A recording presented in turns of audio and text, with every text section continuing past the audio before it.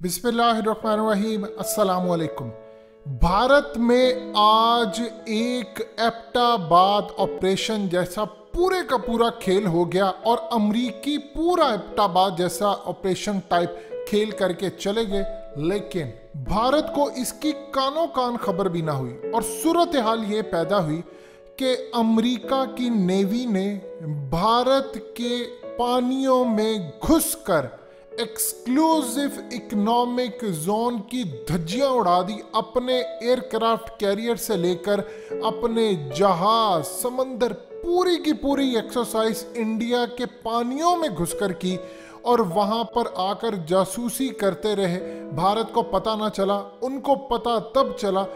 मजीद discuss करने से पहले इस वीडियो को लाइक करें, हकीकत टीवी को सब्सक्राइब करें और बेल आइकन पर जरूर क्लिक करें।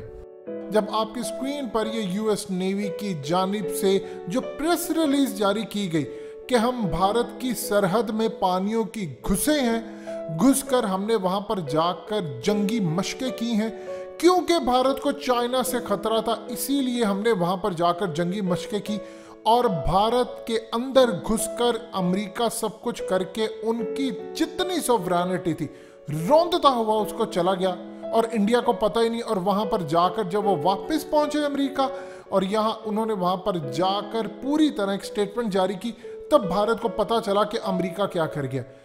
वो मुशर्रफ ही था जिसने अमेरिका के साथ डबल गेम खेला, उसको गर्दन से पकड़ा, अफगानिस्तान में उसको शिकस्त भी दी और कहा अमेरिकियों को कि हम तुम्हें तुम्हारे ही तरीके से मारेंगे और किसी में इतनी कैपेसिटी नहीं थी ये काम करने की।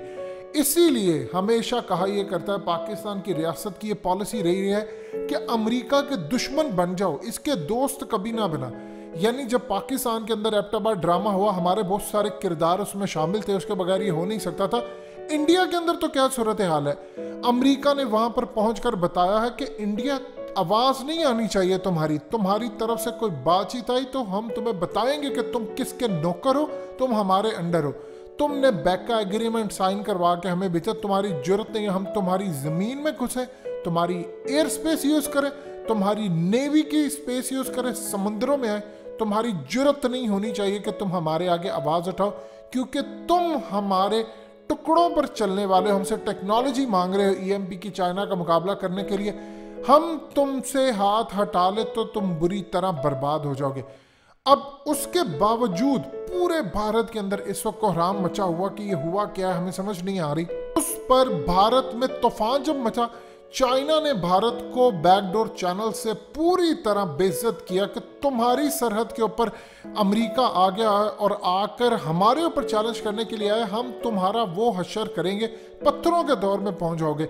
उसके बाद चाइना के दबाव पर इंडिया ने लड़खड़ाते हुए, आपकी स्क्रीन पर चल रही है, ये उन्होंने कंसर्न शो किए। मिनिस्ट्री ऑफ एक्सटर्नल अफेयर ने जी वो स्टेटमेंट जारी की। स्टेटमेंट क्या है, देखिए ना जी, वो जी कानून की खिलाफ वर्जी की है। आपका तो अपना कानून कहता है कि आप किसी भी मुल्क के पानियों में उनकी इजाज़त के बगैर नहीं घुस सकते, आपको पहले हमसे इजाज़त लेनी पड़ती है। देखिए ना यूनाइटेड नेशन का कानून कहता है, देखिए ना लॉ ऑफ सी कहता है, फलाना कहता है, ये कहता है, तो आपने हमसे इजाज़त नहीं ली, ये तो देखे ना कोई अच्छी बात नहीं। इस तरह की इनकी सूरत हाल पैदा हुई है और भीख मांगते मांगते आप सोचे अमेरिका वहां पर जाकर ना भी स्टेटमेंट जारी करता, कोई सूरत हाल ना पेश आती। चाइना तो सैटेलाइट से तस्वीरें सब चीज़ें देख रहा, वो बाद में रिलीज कर देते, अलग बात है। लेकिन सूरत हाल ये है कि अगर वो ना जारी करते तो इंडिया ने क्या उखाड़ लेना था, ये दुनिया को क्या पता कि चलना था।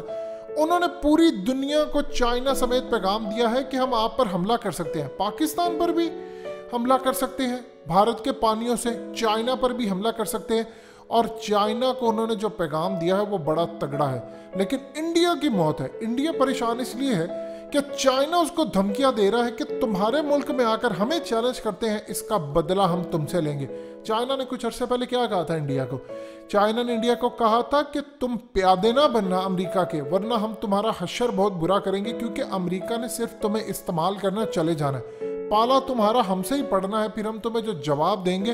और यहाँ तक इवन कि आप अंदाज़ा कर लीजिए, हकीकत टीवी ने जब आपको तफसील बताई थी वो आज सच होती सामने आ रही है। चाइना ने उनको कहा था कि जब चाइना और इंडिया की जंग होगी उस वक्त अमरीकी फौजी लड़ने के लिए नहीं आएंगे, वो तुम्हें इंटेलिजेंस मालूमात ज़रूर दे सकते हैं बैका एग्रीमेंट के लिए, हथियार भी दे देंगे, लेकिन लड़ाई तुम्हें ही करनी पड़ेगी। और जब तुम्हारा हमारे फौजियों से, हमारी एयरफोर्स से, हमारी नेवी से आमना सामना होगा तो फिर हम तुम्हारे साथ जो करेंगे वो तुम्हें अंदाजा होना चाहिए। अमेरिका का याद रखिए, आप उसके दुश्मन बन जाए वो काबिल कबूल है, आप उसके दोस्त बनते हैं तो वो आपका हशर नशर करता है। याद नहीं है आपको मोदी और ट्रंप के मामला क्या थे? वो अब की बार ट्रंप सरकार गले मिल रहे हैं, जफ्फियां डाली जा रही हैं, बिल्कुल एक दूसरे के साथ बगलगीर हुए। तो फिर उसके बाद क्या हुआ? इंडिया ने कहा मैं तुम्हें वो मलेरिया की दवाई नहीं भेजूंगा। तो उस वक्त डोनाल्ड ट्रंप ने उससे कहा था कि फिर भुगतने के लिए तैयार हो जाओ जो तुम्हारे साथ होगा, तुम हमारे बगैर कुछ भी नहीं हो। ये तो उसने ओपनली बात कर दी थी। अब अमेरिकी एस्टैब्लिशमेंट ने इंडिया को पैगाम दिया और चाइना को और पाकिस्तान और चाइना को पैगाम ये दिया है कि तुम हमारे रास्ते पर, यह अफगानिस्तान का इशू रिजॉल्व ना तुमने किया। पाकिस्तान को तो ये सॉलिड पैगाम दिया है तो सोचना हम इंडिया के इलाके में घुसकर तुम पर हमला कर सकते हैं। चाइना को पैगाम ये दिया है कि इंडिया हमारे कब्जे में है, हम किसी भी वक्त साउथ चाइना से भी घुस सकते हैं, तुम पर भी हमला कर सकते हैं और तुम कुछ भी नहीं कर पाओगे। और उसके अलावा इंडिया को पैगाम ये दिया है कि तुम्हारी आवाज़ नहीं निकलनी चाहिए, तुम हमारे गुलाम हो, अगर हम तुमसे हाथ उठा ले तो चाइना तुम्हें हड़प कर जाएगा, तुम्हारी इतनी औकात नहीं है कि तुम अमेरिका के सामने खड़े हो सको। ये असल में सूरत हाल है। आज आप देख लें पाकिस्तान की वैल्यू क्या है। आपसे जो बाइडन भीख मांग रहा है, आपको ऑफ द रिकॉर्ड पैगाम भेजे जा रहे हैं उनकी एस्टैब्लिशमेंट के नुमाइंदे। कभी इमरान खान को समिट में ना बुलाकर वो कहते हैं हमने पाकिस्तान को दिखाया, इमरान खान तगड़ा जवाब देते हैं आगे से। वो उसके अलावा मोहम्मद बिन सलमान को खत लिख कर कहते हैं कि कोई मदद की ज़रूरत है तो बताएं, फिर उसके बाद वो पूरी दुनिया को कहते हैं कि कुछ मदद की ज़रूरत है तो बताएं। हम हैं क्लाइमेट चेंज करने वाले, उनको बेहतर माहौल करने वाले, क्योंकि हमने यहाँ पर दरख्त लगाए। जो बाइडन चुप। उसके बाद वो पाकिस्तान को पैगाम पीछे जाता है कि आप अफगान तालिबान को मनाएं, उनको आप कहें कि खुदारा आप हमें कुछ 6-7 महीने दे दे। पाकिस्तान इनकार करता है। मॉस्को कॉन्फ्रेंस होती है, हम इनकार करते हैं। उसके बाद अमेरिका एक धमकी नहीं लगा पाता। एक वक्त था कि हम जरा से उसकी बात नहीं कहते थे तो कहता था कि पैसे लेते हो, डू मोर करो। आज वो चुप है। इंडिया उसका साथ दे रहा है और वो उसी के पानियों में घुसकर वहां पर जंगी मशकें कर ली। इंडिया को प्रॉब्लम क्या है? देखिए वैसे तो इंडिया को खुश होना चाहिए, लेकिन उसको परेशानी है। आज ये हमें बताए बगैर चले गए हैं, कल को चाइना भी आ जाएगा, हम क्या कर लेंगे? या फिर अमेरिका यहाँ पर आकर हमें ना पता चले और वो जाकर हमला कर दे कोई चाइना पर, इन दोनों की लड़ाई हो जाए। अमेरिका का तो मुल्क है दूसरी जगह पर, कई हजार किलोमीटर दूर, वहां पर तो चाइना ने हमला नहीं करना। चाइना ने हमला करना है तो हम पर हमसे बदला लेंगे, फौजें उतार देंगे, पाकिस्तान को एक्टिवेट कर देंगे, हम किधर जाएंगे?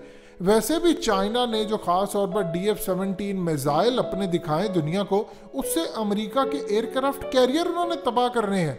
वो एयरक्राफ्ट कैरियर तबाह करेंगे कौन से? जो 25-25 अरब डॉलर्स के हैं, जिस पर इतने जहाज लदे हुए होते हैं। अब इंडिया इसी से परेशान है कि इन दोनों की लड़ाई मेरी सरहद पर हो। आप ये देखें, कभी कभार आपने देखा होगा बड़े मुल्कों की भी यही सूरत हाल है। किसी मोहल्ले के अंदर किसी जगह पर कोई लड़ाई हो तो लोग कहते हैं भाई मेरे घर से आगे जाके लड़ो, कहीं और लड़ो, यानी मुझ पर नाम ना आ जाए, कल को पुलिस आए पता चले इसके घर के आगे हो रही थी, उसको भी पकड़ कर ले जाए। यही सूरत हाल इनकी होती है कि आप लोगों ने जो लड़ना है, करना है, वो अपने किसी और मुल्क में जाकर करें। ये मेरे घर के अंदर आकर लड़े तो मुझसे बदनाम बोलेगा। इंडिया के साथ आज जो हाथ हुआ है ये कभी 2011 में हमारे साथ हुआ करता था। आज एबटाबाद ऑपरेशन 2 हो चुका है और इंडिया की औकात नहीं है कि वो कुछ कर सके। बड़ा मजेदार खेल होने वाला है। इंडिया को समझ आएगी कि अमेरिका की दोस्ती कितनी भारी है। दोस्तों, हकीकत टीवी को सब्सक्राइब करना मत भूलिए, वीडियो को लाइक करें, शेयर करें और कमेंट सेक्शन में अपनी राय का इजहार जरूर करें।